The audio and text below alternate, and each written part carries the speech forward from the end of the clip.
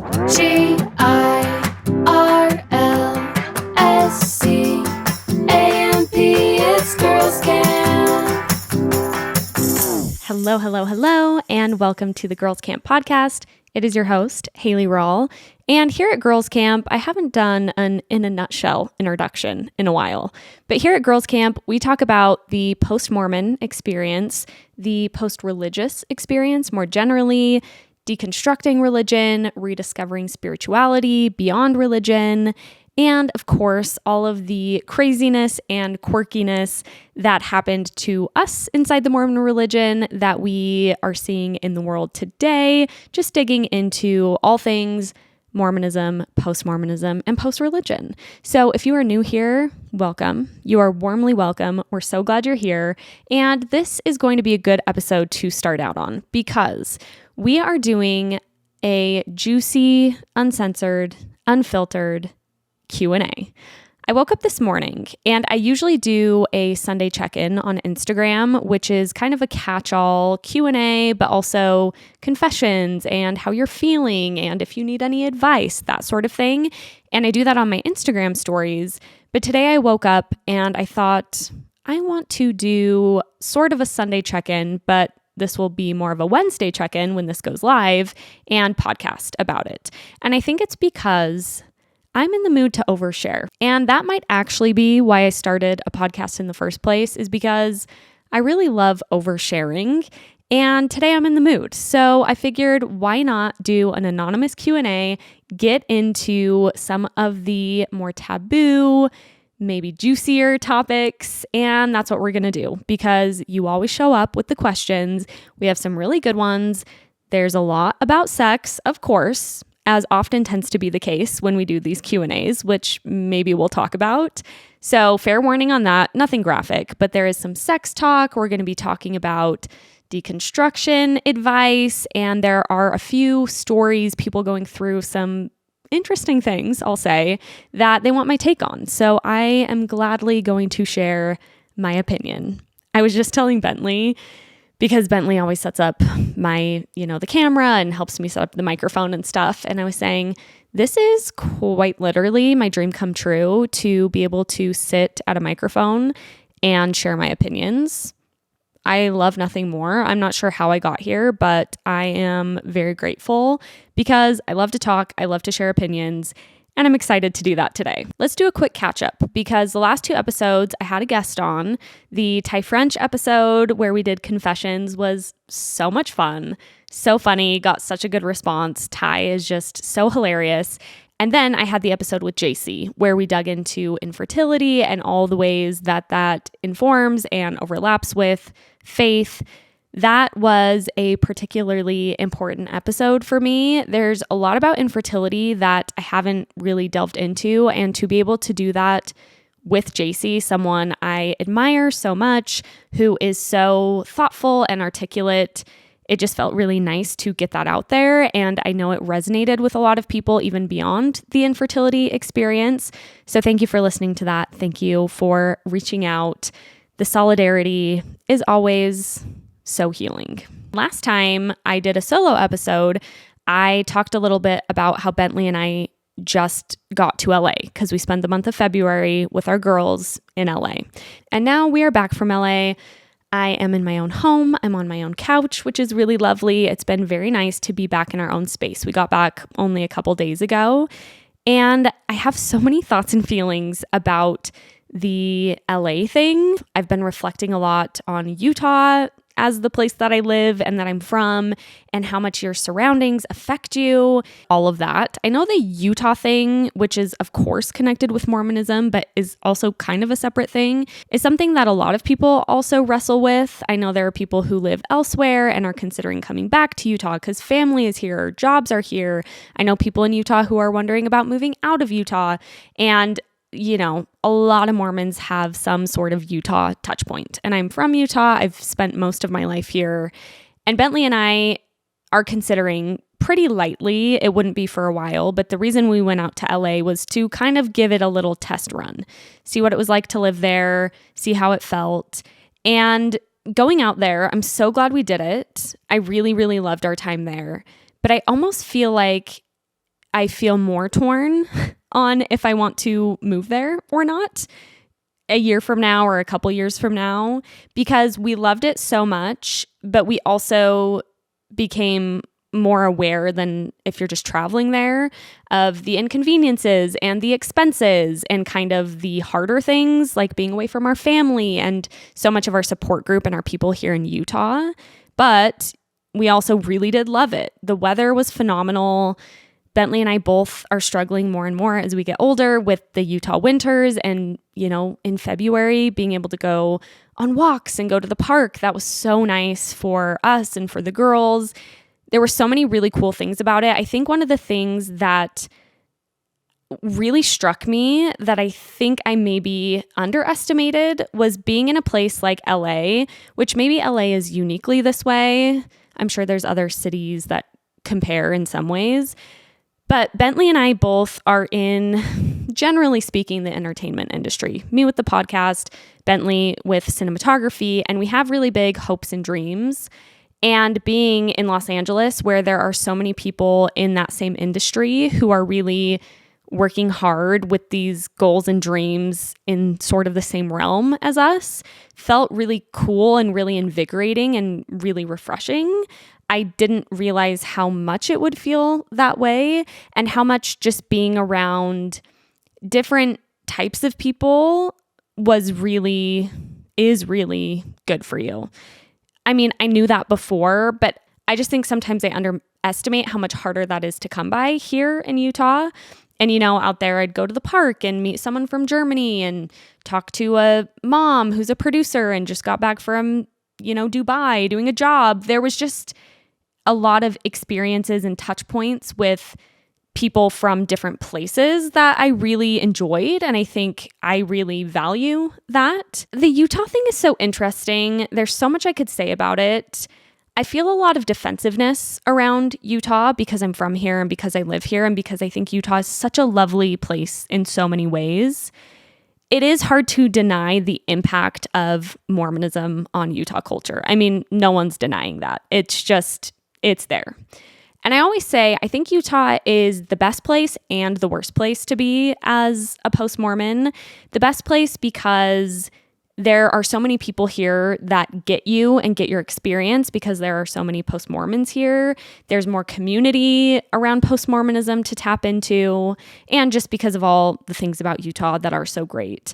But it's also the worst thing in the sense that you really can't escape the Mormonism thing because of how baked into society it is here in Utah. Just even physical reminders of churches and temples, it's just more present, obviously. And I think there's part of me that feels almost a stubbornness around that, where I almost don't want to feel like I'm forced out of Utah in order to move on from Mormonism entirely, if that makes sense. I don't want to feel like Mormonism pushed me out of my home, the place where my family is, and the place where I'm familiar with and that I'm comfortable with. I don't want to let Mormonism win in that way. But of course, there is a part of me that also feels like it is, like I said, hard to escape. There is something true to that. I also want to be part of making Utah different than it has been, of helping build communities outside of Mormonism, because Mormonism has such a monopoly on community here. There's just a lot of thoughts and feelings around the Utah thing, and it's obviously just top of mind since we're thinking about it. We're kind of analyzing it differently since we've been away for a while, and there are no conclusions. We're not in a rush to figure anything out, but it is top of mind for me, and I'm curious if there's anyone out there thinking through some of these same things about where you want to live long term. I just think a lot of post-Mormons still end up coming back through Utah at some point or staying in Utah, again, because of all the good things about it and because so many of our families are here. And we're just trying to be thoughtful about it, communicate about it between Bentley and I. And ultimately, I think my conclusion right now is that there are pros and cons wherever you live. you're going to have to give something up to get something else. There's no perfect place. And it's just a matter of really understanding what your priorities are in a place that you live. And if you're willing to give up a bigger space for a better location, if you're willing to spend a little bit more in order to have proximity to the beach or to the mountains or to your family. There's just conflicting priorities and pros and cons, but that's kind of a comforting thing for me to think about because I think it roots you in the fact that wherever you are, you can find happiness. You can lean into the good things about that place. But also if you start prioritizing something more than another thing, then it could be worth making a leap or making a move, even if it feels hard or scary. So there's my general takeaways from the LA experience. And I'm really glad we did it. I think it was super, super good for us. It was hard in a lot of ways, but kind of helped us take some time away from the things we're used to, the routines we've fallen into, and I'm already feeling like, I just gained new perspective on a lot of things, which I think is always a good thing. Alrighty, let's jump into the Q&A, and I am going to start us off with a good one. As I read this question, I thought of an experience I've had and how I've kind of been sitting on this experience and wondering if I want to share it on the podcast and how and when. And I think this question is giving me the open crack in the door to talk about this thing. So before Bentley just left, he's at the gym right now, I was like, babe, I might talk about work crush. Is that okay with you? He was like, go ahead, babe, do your thing. So let me read the question first, and then we will talk about work crush. Okay, the question is, have you ever had wandering thoughts for other men since being married? Since leaving the church, it comes up for me a lot of missing out on the opportunity to have casual sex. I actually think it would be more unique and more rare to not sometimes have these thoughts and feelings if you grew up Mormon, got married young and quick, as many Mormons do, and were a virgin when you got married. What I'm saying is I actually think this feeling is super normal and, dare I say, even healthy based on growing up Mormon, getting married the Mormon way, and then leaving the Mormon church. Almost everyone I've talked to in my life who got married that way and then left the church has expressed this in some way or another. And I definitely think that that can get out of hand or that can become a problem. But I think for the most part, it's something that many people sit with but are afraid to talk about because it's super taboo, of course, because they feel like it will reflect on their marriage and people will think they don't love their partner. I think it's just a tricky thing to admit, especially publicly, but I think it's really more normal than not, which leads me to my experience of having a work crush. At one point in my life, when I was married, this was before kids, I developed a crush on a coworker. And at first it was just, a simple, harmless crush. And I looked forward to going to work and talking to this person, and we worked really closely, and it was just kind of fun, silly, harmless. And nothing ever happened, spoiler, but it started to develop more and more until it kind of was feeling like a thing. I was thinking about it a lot.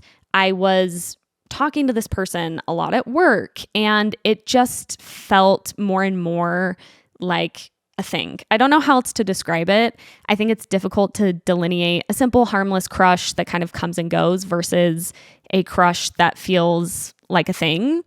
But it started to feel like a thing for me, and I started to feel like not talking to Bentley about it was seeming not even deceitful, but I wanted to talk to Bentley about it because of how much it was weighing on me, this crush on this person. And I think at this point I had actually talked to a couple of friends about it and just said, there's this coworker and I have a big crush on him and I don't know what to do about it. And it feels weird and I'm not going to do anything about it, but it just feels like it's getting kind of heavy. It's becoming this thing that I don't know what to do about it. I don't know if I should tell Bentley or if I shouldn't tell Bentley. And it was super, super helpful to be able to vocalize that to people. And my friends were awesome and just said, you're not crazy. I think that's pretty normal. And, were able to kind of help talk me through it.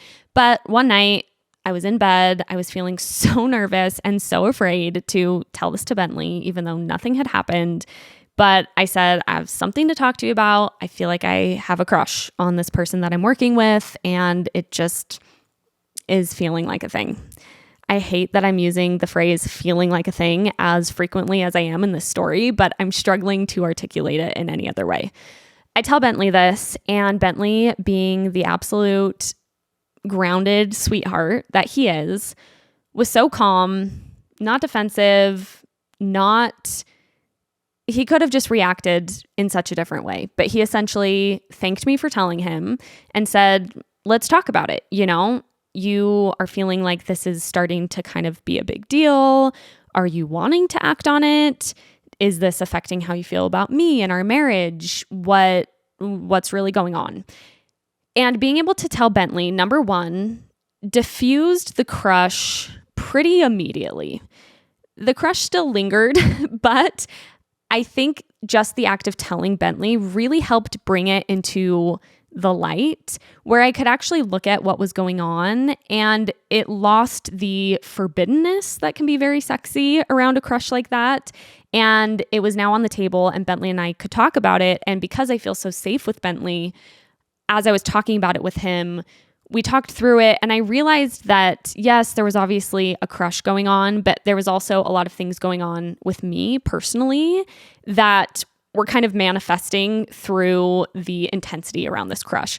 I was also working at that time with single people, more single people than I was usually around, and they were talking about dating, and I found myself feeling really jealous that we were at the same age. Mostly we were all around the same age, and I was feeling jealous that these people were dating and having fun and doing these things that I did feel like I missed out on. This was also at a stage of my deconstruction journey where I was sitting more heavily with the whole, I've only had sex with one person, and do I feel okay with that? And what did I miss out on? I was sitting more heavily in that.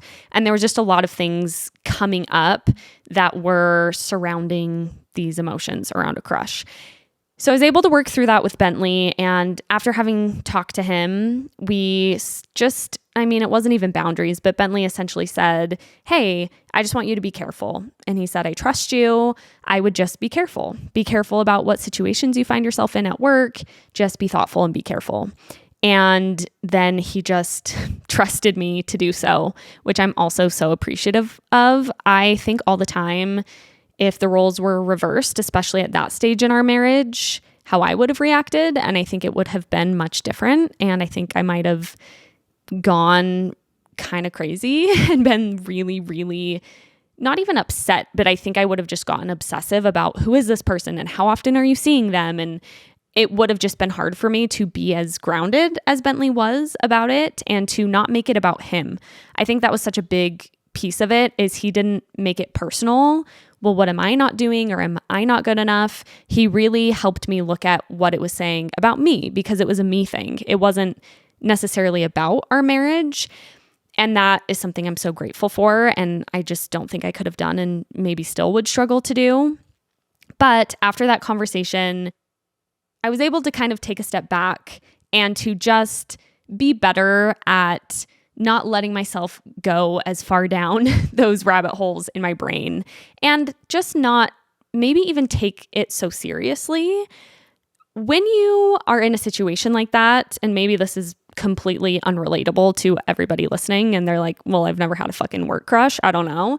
But I think when you're in a situation like that and you're developing a crush on someone, whether you're married or before you're married, there's a lot of things going on chemically that make you not see things very rationally or reasonably.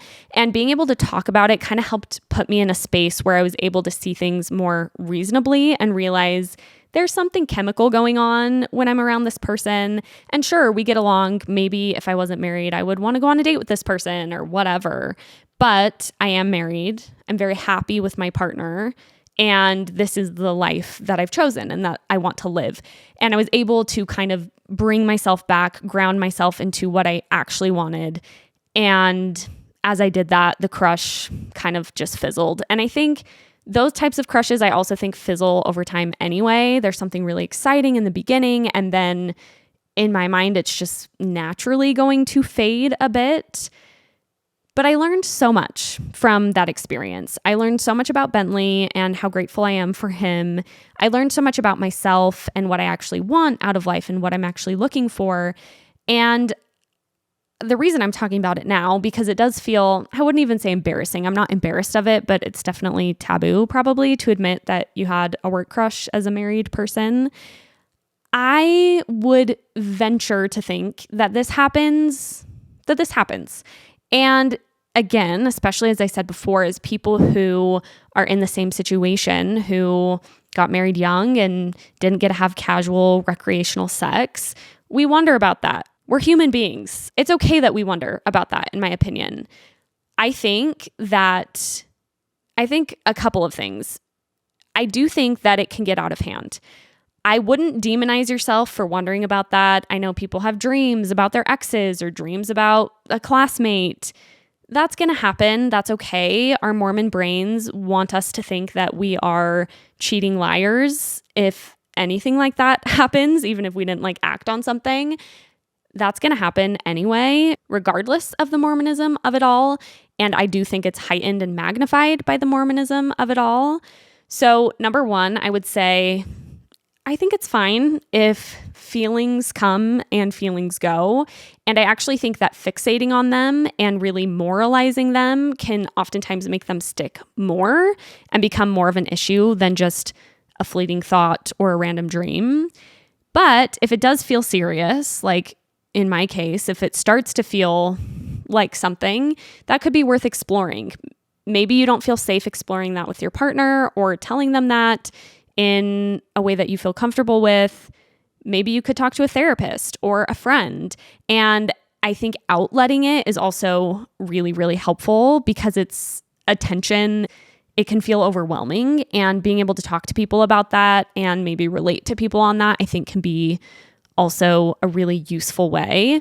And I just think if that was more normalized, and I get that it's tricky, like I said, we can't just be telling our partner every day, oh, I have a crush on so-and-so. I mean, maybe you can. Great. More power to you.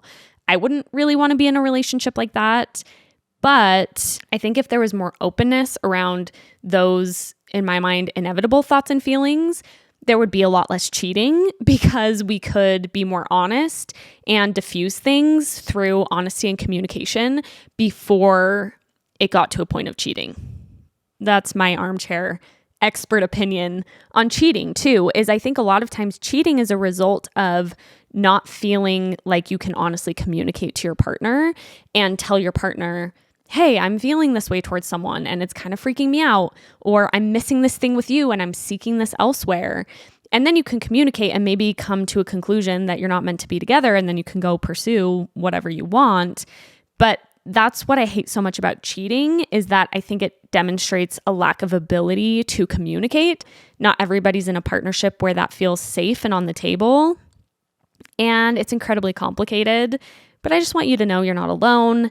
And I do think that many, many people can relate to how you're feeling. You're not broken. Wow, I really went down the rabbit hole on that one. Let's rapid fire through some more of these. Okay, if I'm ready to pursue deconstruction, what should I start reading/learning about? Deconstruction. I think sometimes we view, or I have viewed, religious deconstruction, deconstructing Mormonism, almost as a checklist of things. Do you know the history? Have you put in your hours listening to Mormon stories? Do you know the latest hot, controversial topic in the world of Mormonism? I have found a lot of peace in stepping away from that view of deconstruction and rather really letting my own curiosity guide me. When it comes to history, there's a lot of things about history that I still don't know that much about in that much detail, but then there are certain aspects of Mormon history that I found myself really, really interested in, and I've learned tons about those things. And I guess I just don't think that there's any steps of deconstruction. It's going to look different for everybody.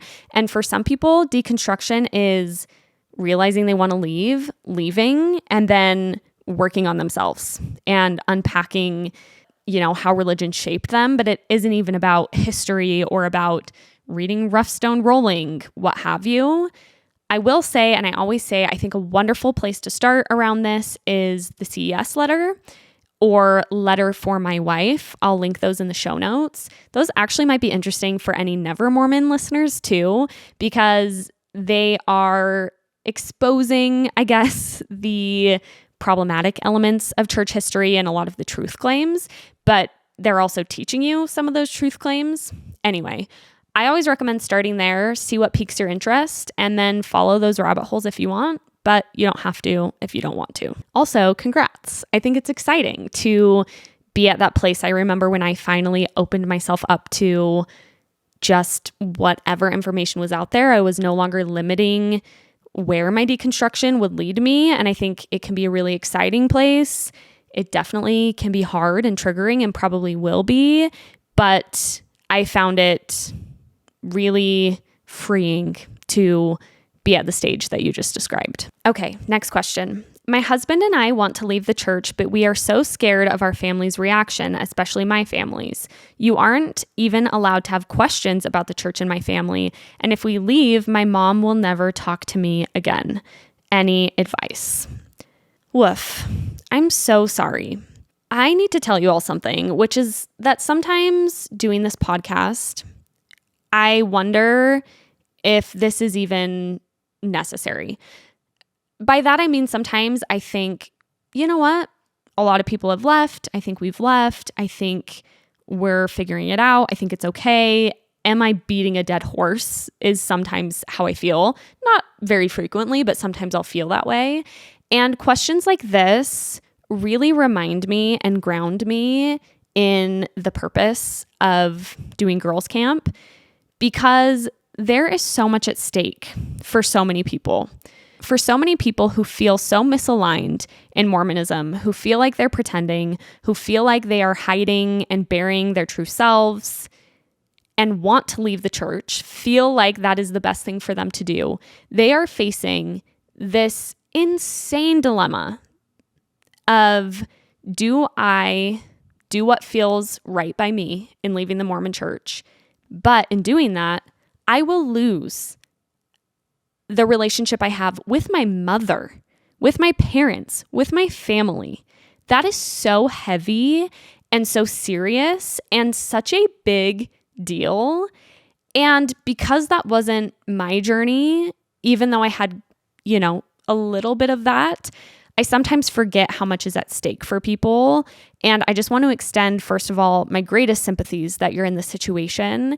And it just helps me remember how important it is that we are talking about these things, that we are bringing some of these dynamics that are so harmful and so toxic to light, and that hopefully through spaces like this, people can feel less alone in such an immensely challenging process of deconstructing Mormonism. It's just not fair for any human being to be in a situation where they feel like they have to be aligned with a certain religion that they don't feel good about in order to maintain a relationship with their mom. And that's the situation that Mormonism puts a lot of people into, genuinely. I talk to people like this frequently, that this is kind of what they're facing in leaving Mormonism, and it's just so wrong and so unfair.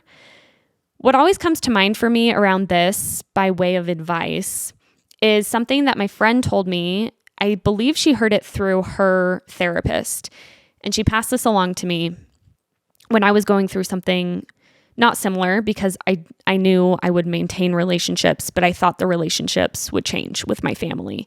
This was when I had left, but I hadn't told them yet. And my friend said that her therapist said, would you rather be known and rejected or unknown and accepted? And what's so useful about the framing of this question is it gave me permission for a while to choose to be unknown, because it was more important to me to be accepted by my family for a while. And honestly, for me, I think that lasted about a year. I know that's different for everybody, but for a while, I was choosing to be unknown in order to be accepted. And then as I paid attention to how I was feeling, increasingly, it became more worth it to me to be known in how I felt about religion and to be able to live freely, even if it meant rejection from people that I love. And that is a really hard thing.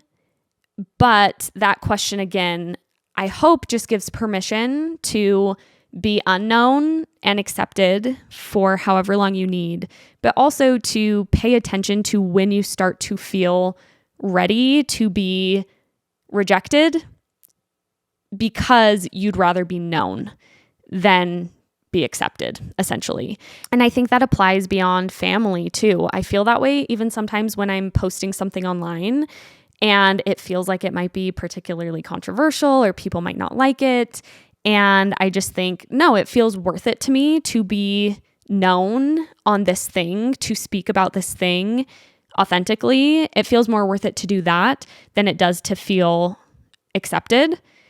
And there are also times when I feel compelled to say something or I want to say something and I take a step back and I think, am I actually ready to be known on this if it means rejection, if it means hate comments, etc.? And sometimes it's not. And that can also fluctuate. But I think that that principle has been so useful for me and hopefully it can be useful for you too. And again, I'm so sorry that you're in this situation. It's super, super, super unfair. Next question.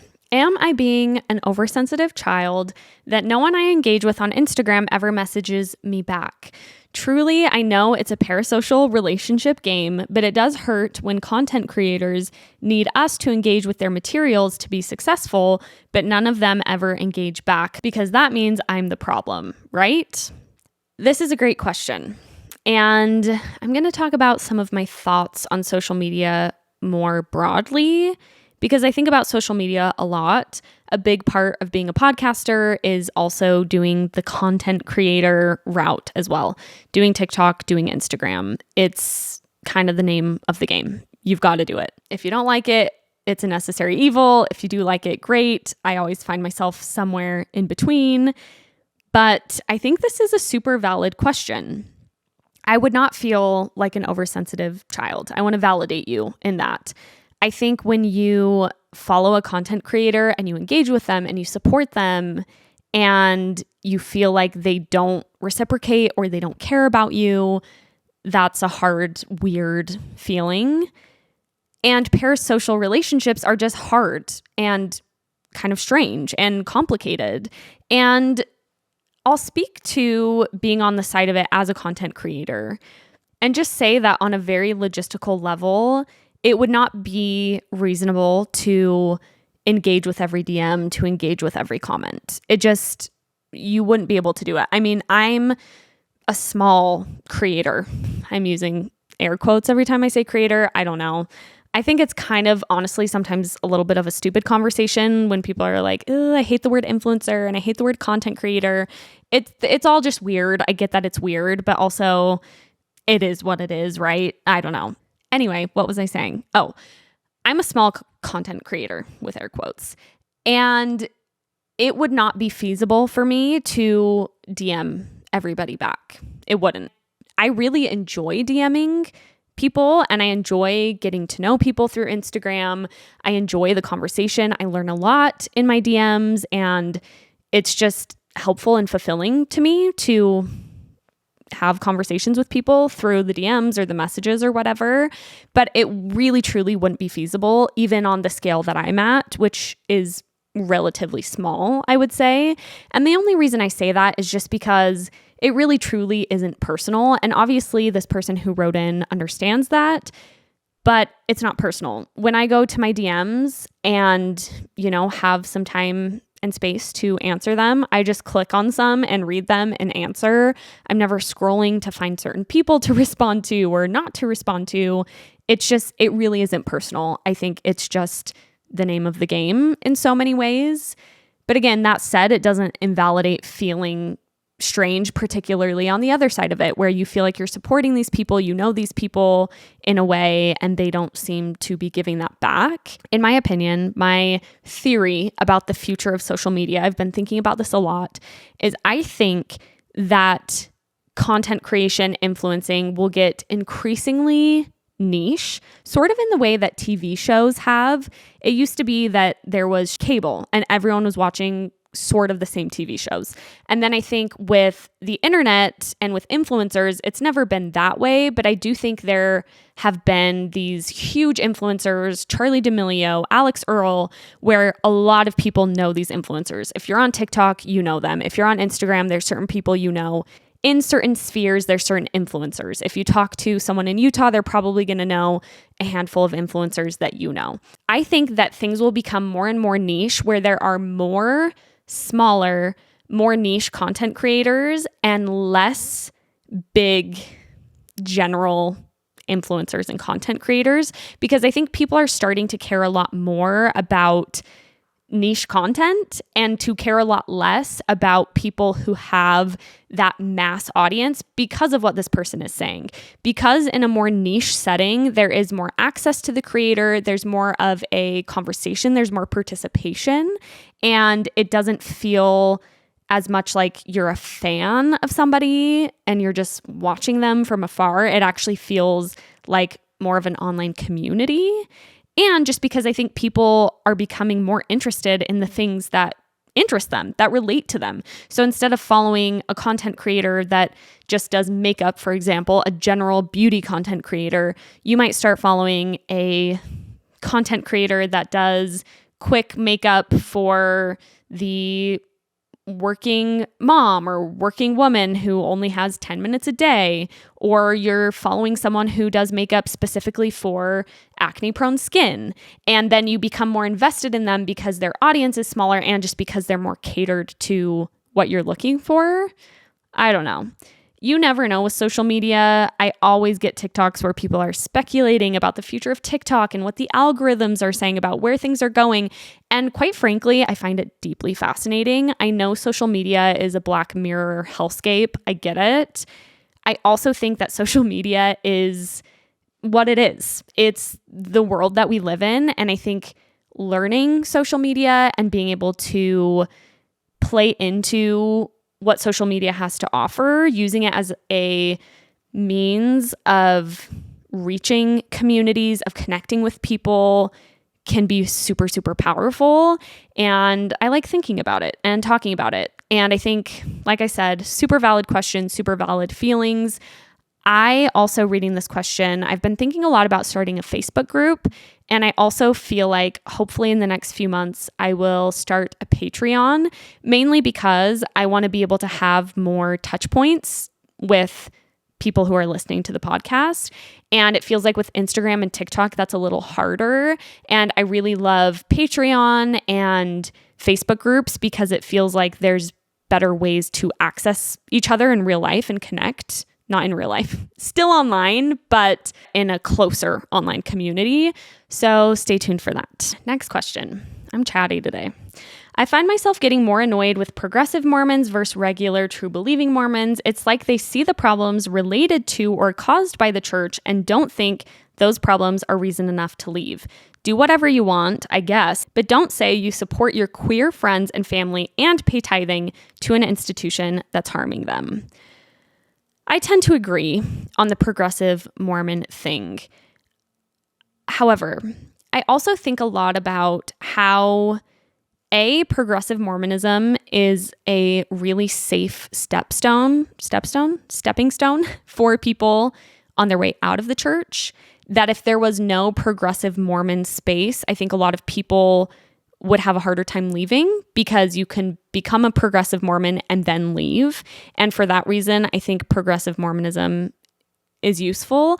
I also think progressive Mormonism is, of course, useful because it means that when a queer child, for example, is going to church because they have to, because of their parents, there are at least people there who are doing their best to support them that aren't homophobic, etc. And, you know, I would rather have some of that in the church than none of that in the church in a way. However, to your point, I also think progressive Mormonism gets really tricky.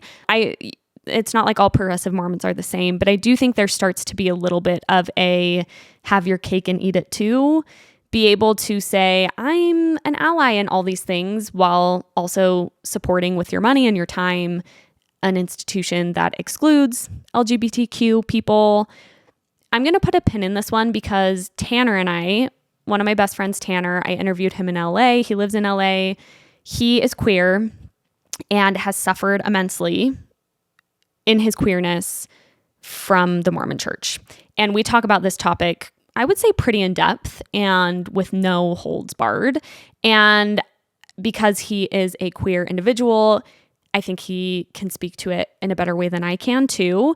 And so let's put a pin in that, but super important, something I think about a lot as well, and also get, what did this person say, annoyed with.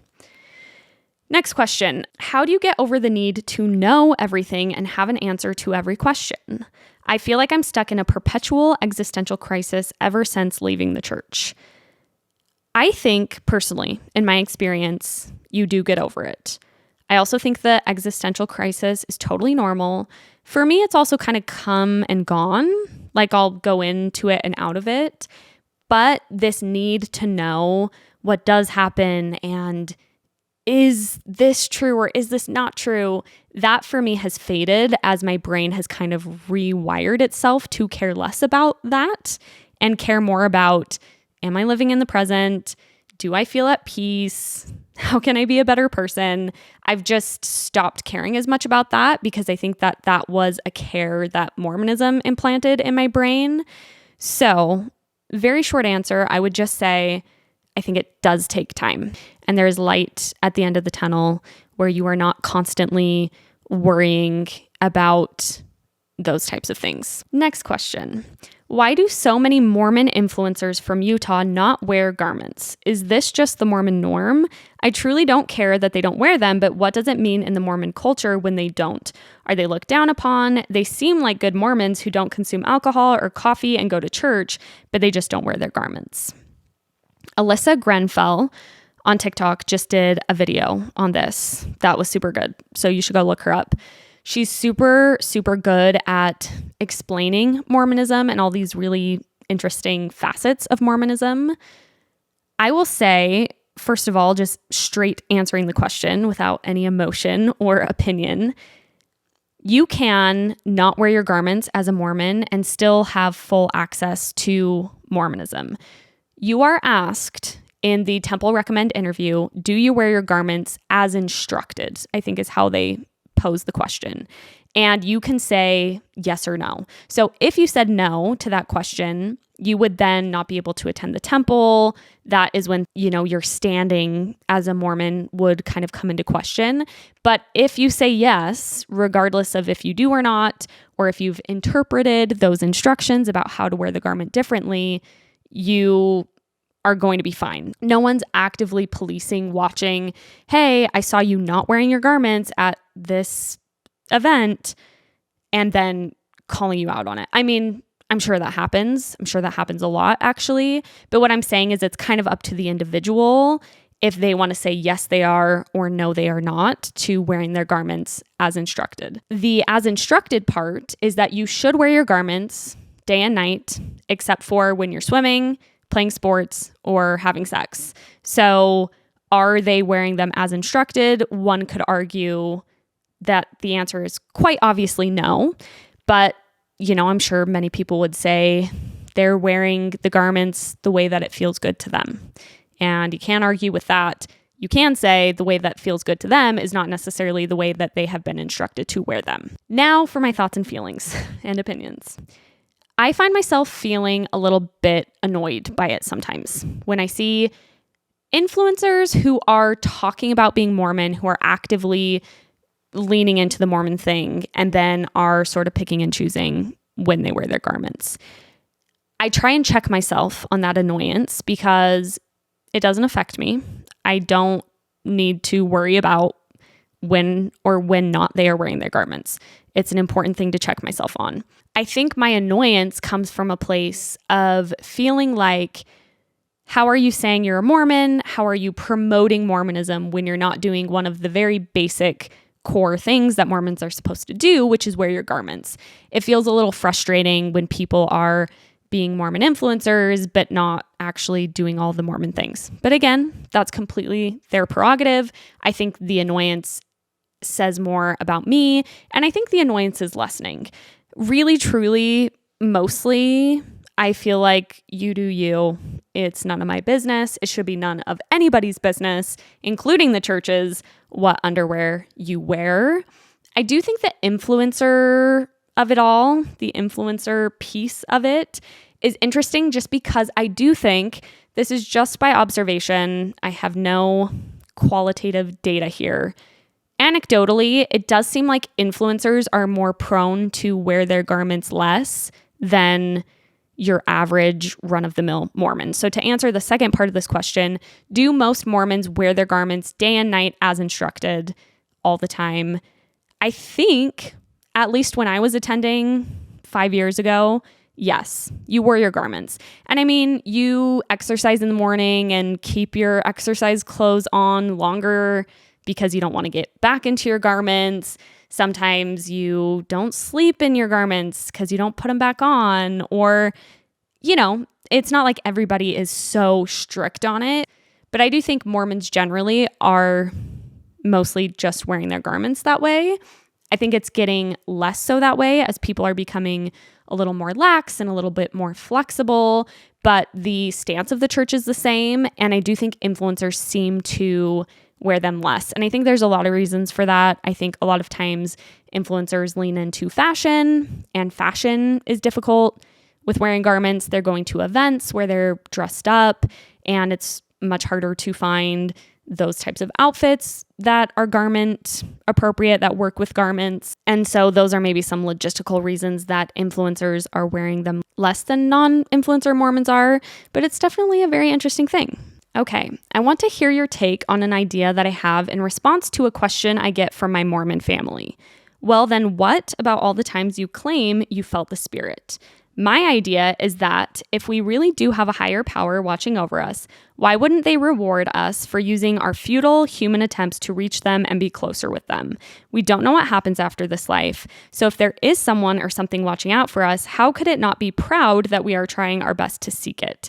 It's been difficult for me to reconcile the feelings I had on my mission, reading scriptures, sitting in fast and testimony meeting, etc.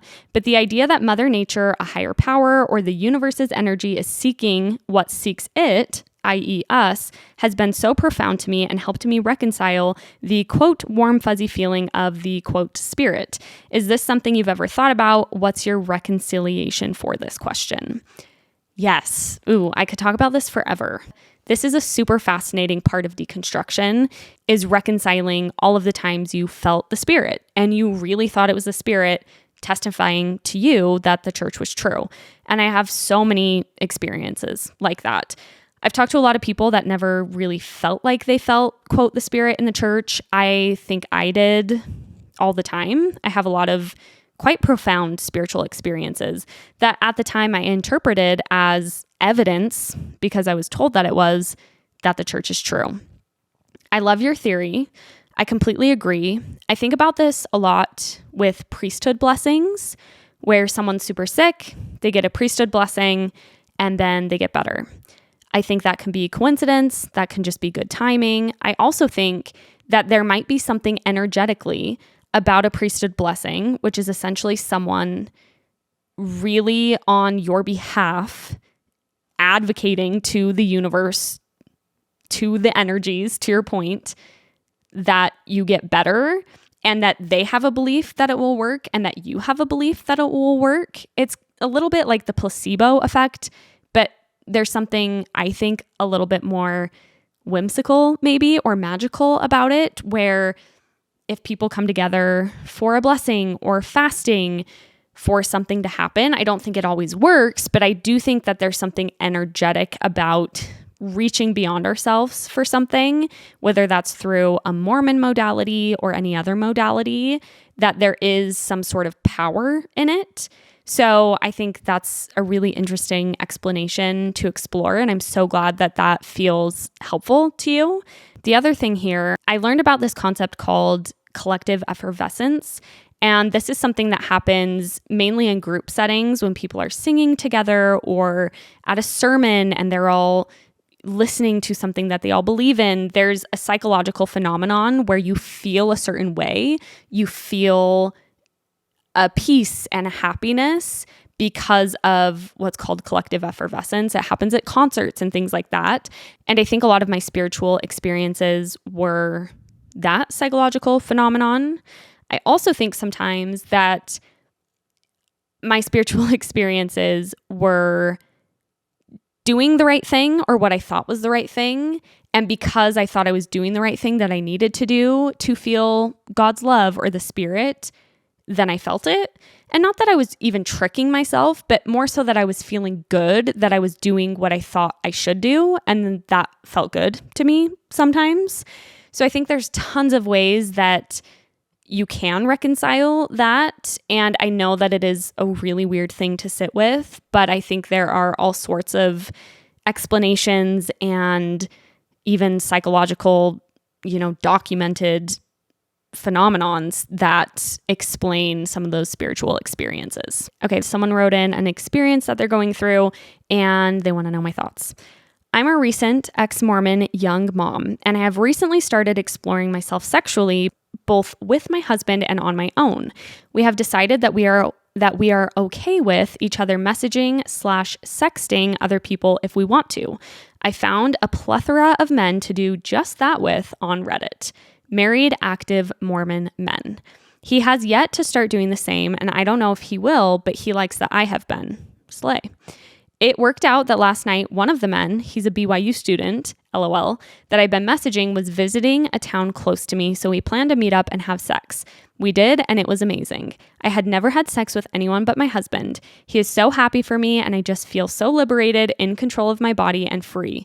The only thing is, this guy is active in the church, married, and his wife has no idea. I know I should probably feel worse about it than I do, but I just don't. I'm just happy I was able to give this sex-deprived BYU student a great night.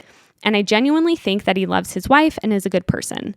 My question is, in your opinion, am I a homewrecker? And does this make me a bad person? I am fully prepared to take anything you have to say. Ooh. Okay. There's a lot here. First of all, slay mommy. I'm genuinely so happy for you. What an exciting journey. I love that you have that communication with your partner, that you're on the same page, that you are brave enough to explore your sexuality that way. I think that's all honestly amazing. I'm wondering, I'm not trying to psychoanalyze you here, although you did say I could say what I'm going to say.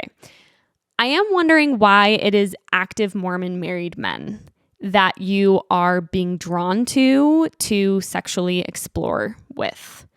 And I don't know what that answer is, but I would say if you were my bestie, I would say maybe sit with that and consider why, out of all the world of people that you could be sexually exploring with outside of your husband, why it's active married Mormon men that you're sexting and also that you chose to have sex with.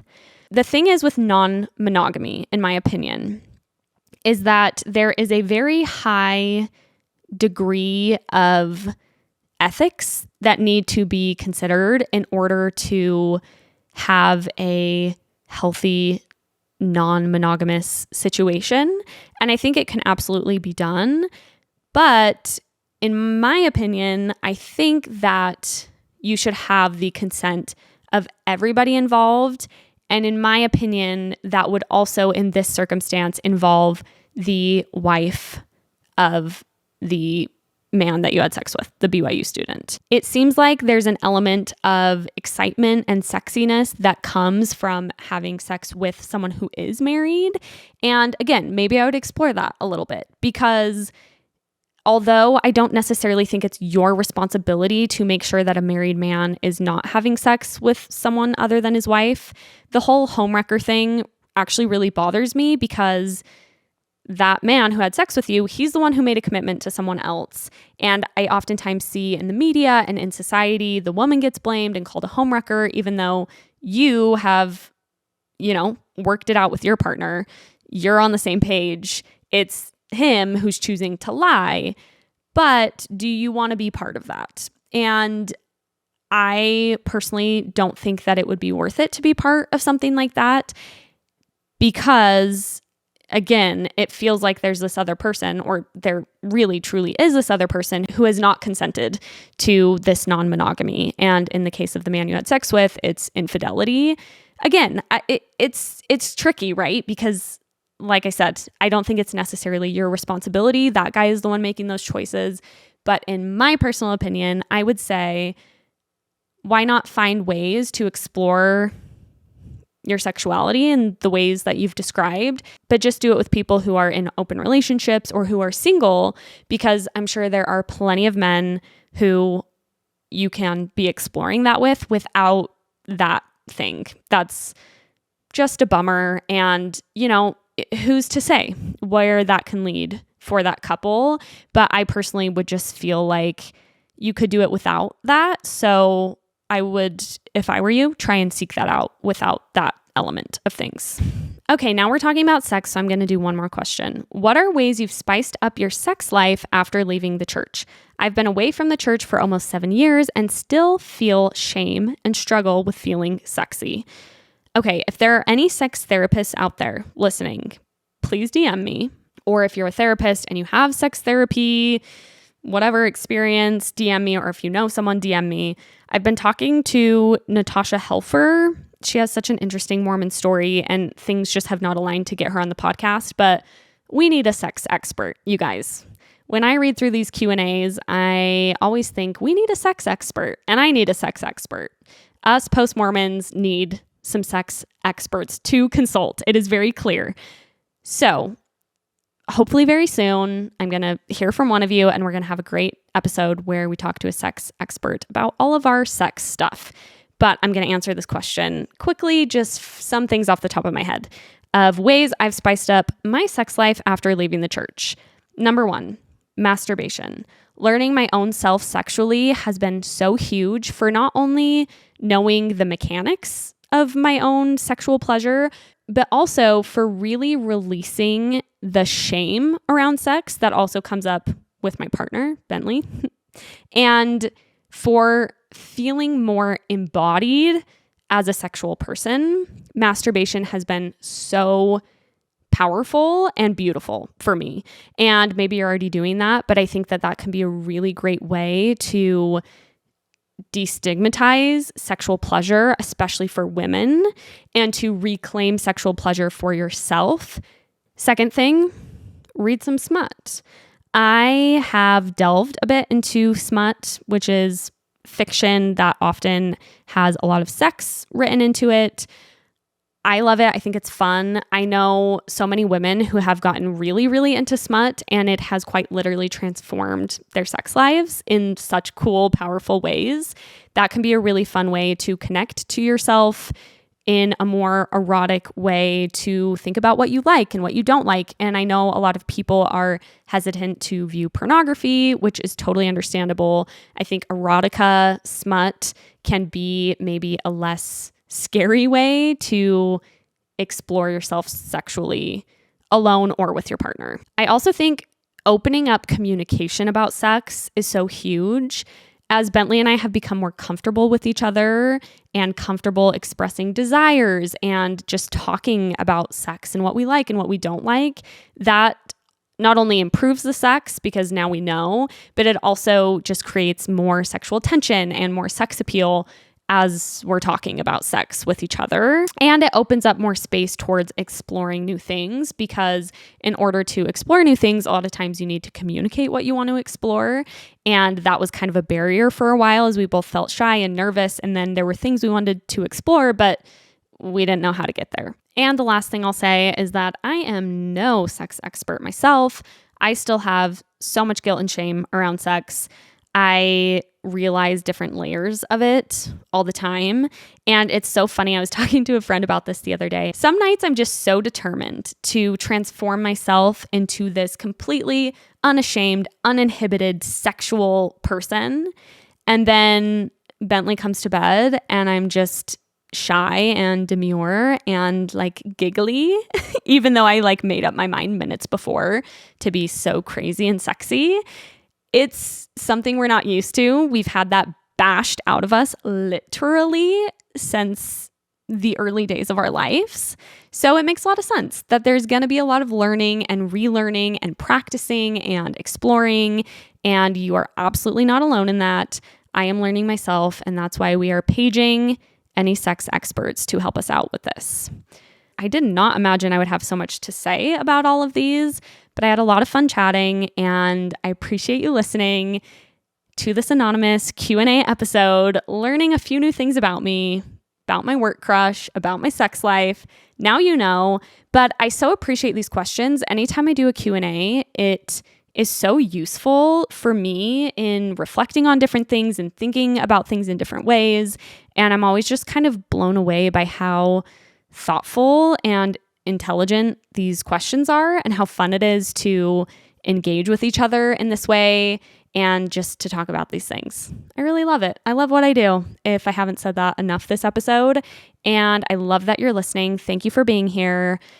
Please leave me a rating and review on Spotify, on Apple Podcasts. Go follow me on YouTube if you want, on TikTok if you want. If you're really feeling like an overachiever, it super, super helps the podcast. Thank you so much for being here and being a camper.